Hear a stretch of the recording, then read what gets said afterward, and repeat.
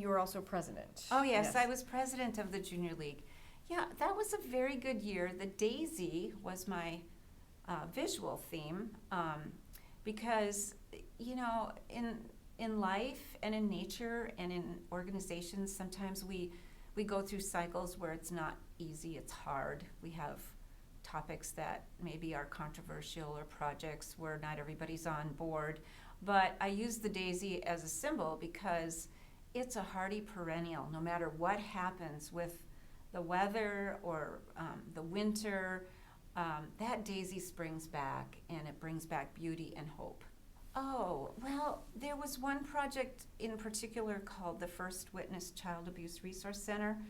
The Junior League took on this huge project to build this, I think it was a 5,000 square foot house-like structure so that children who had been sexually assaulted could go to this home-like setting where they could tell their experience once and only once through a special forensic type interview that was an interdisciplinary approach to addressing the issue and also a way of minimizing trauma to the child having to tell their story to 5 or 6 different agencies. It could occur under one roof. And the building of the structure, I was chair of. Angela Doherty was in charge of education and fundraising. And this was a project that took on a life of its own. We had a lot of people and organizations step up to the plate at no charge to help with either the design, providing materials, or actual construction. The community thoroughly embraced the topic of child sexual abuse, and the Junior League rode the wave. At times, you know, we didn't know where our next dollar was coming from, and one of the interesting points to note is that we broke the ground on the structure with only $3,000 in our checkbook, but the magic of the community and grants, we received several grants, helped pay for the building. And last year, a year ago, the First Witness celebrated its 25th anniversary, and they have used that space not only to interview children for sexual abuse, it's also expanded to regular childhood abuse of any nature, and they have trained people from around the world in this forensic approach to getting the evidence in the interview of the children, and that to me was significant. And the funny story is that it was fall and freeze up. It was like November, mid-November, and there was big piles of dirt that needed to be taken away. And he calls and he says, "We need this dirt out of here in 2 days." And I said, 2 days? So we're trying to find dump trucks and haulers and people who could help us, and nobody was available because everybody was wanting to take away dirt and do their final excavating for the freeze up. And I'm sitting in my office at Minnesota Power, I work there, and I just felt, oh gosh, what are we gonna do? We can't have piles of dirt in June, frozen. And all of a sudden I remembered this commercial, the National Guard, they're there when you need them. And I thought, oh, I'm gonna call the National Guard. So I did. And lo and behold, they said, oh, we like doing community service projects. We'll have our dump trucks and loaders there tomorrow.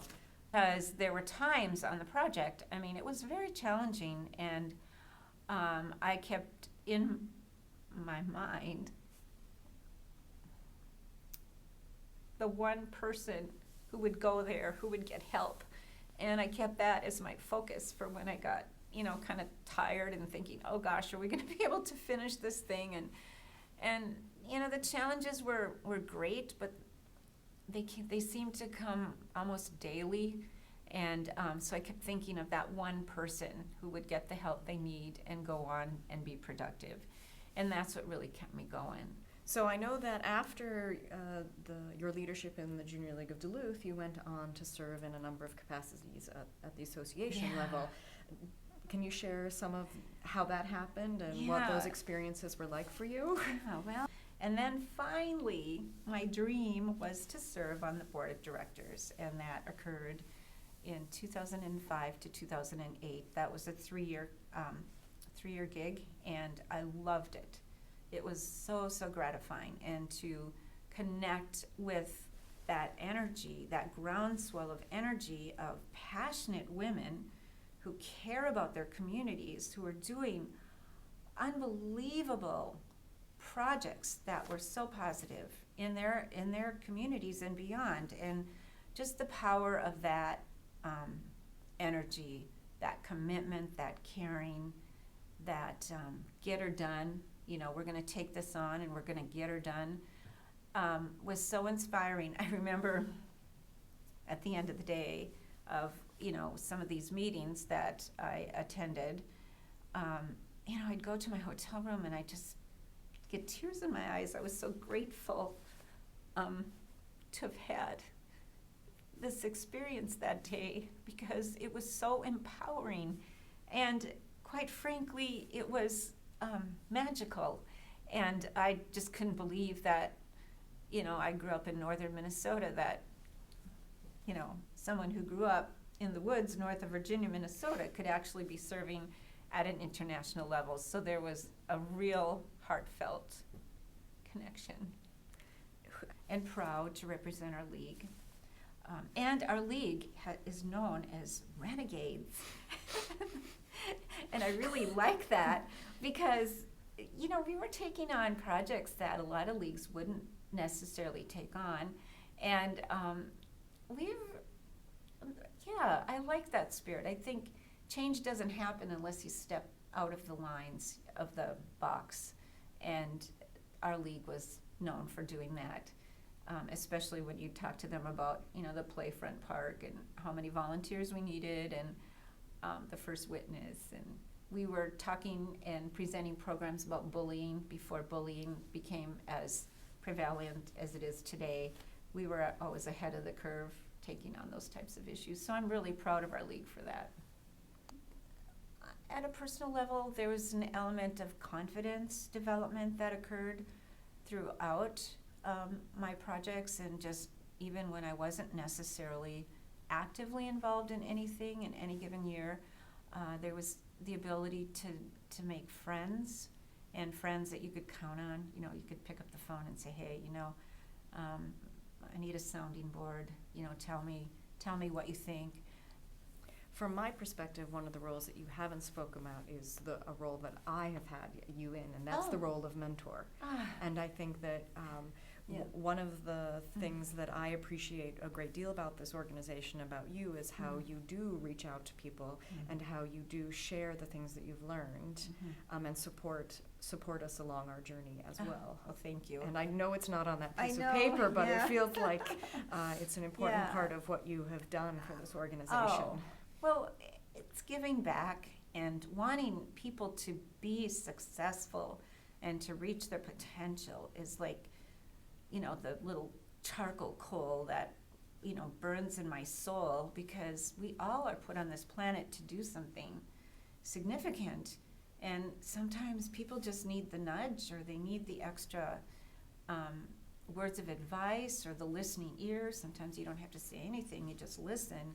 And I want people to be successful, and I want people to be happy. And so that's the driving force behind. I know when people in my path have believed in me and have, said whatever it was that gave me that little inkling of hope, that, there is a silver lining in this, or there's something good is going to come out of this circumstance, that has really, really saved me. and a number of women have become president of the Junior League, because I'd said things like, well, what year do you want to be president of the league? And I know the tap on the shoulder from Jeanette Lang to say, chair, take on this chair position of ICU chairing first witness was huge, And I thought, me? You're asking me? I mean, I truly was blown away by that tap on the shoulder, but the tap on the shoulder is really important, and we all need to be tapping more often.